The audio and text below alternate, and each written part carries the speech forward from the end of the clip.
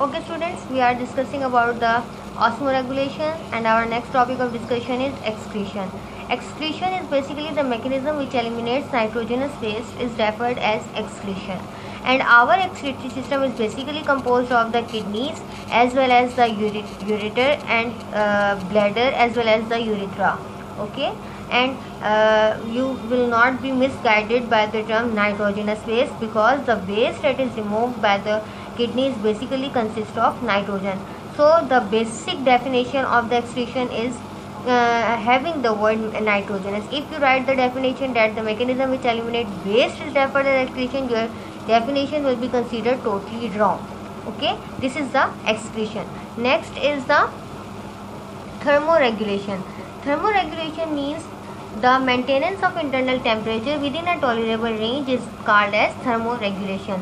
And basically therm means heat. Therm means heat. So thermoregulation means to regulate the heat. And our normal body temperature is 37 degrees centigrade. So the body have to maintain this temperature within a tolerable range, and the mechanism is known as thermoregulation. Next is the control system in homeostasis. Control system in homeostasis is basically works on the mechanism of physical control system. Okay, it works on the mechanism of physical control system. Then what happens?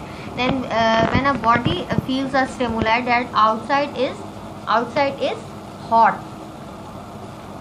For example, in summer season, the stimuli is hot. Our body senses that are the receptors present on the tips of our skin. Okay, the receptors and the receptor that are present on our body, they will sense this stimuli of hotness, convey the message to the control center that will act as a thermostat, and this will be carry the message to the effectors. And what are the effectors? Effectors are basically the muscles and glands. And these effectors will produce the response. As basically the hotness means the increase in temperature, and in response of the response of this stimuli, our body will respond decrease in temperature. Okay, so there will be the increase in temperature and responses decrease in temperature. So basically this is termed as negative feedback. Okay, so what will be the response? कि हमारी body के अंदर sweating produce होना शुरू हो जाएगी, sweat produce होगा, and number 2 हमारे जो मसल्स हैं हम मूव करेंगे from hot place to the colder place. It is basically the response. And what is the feedback mechanism? For the definition, detection of change and signaling for effectors.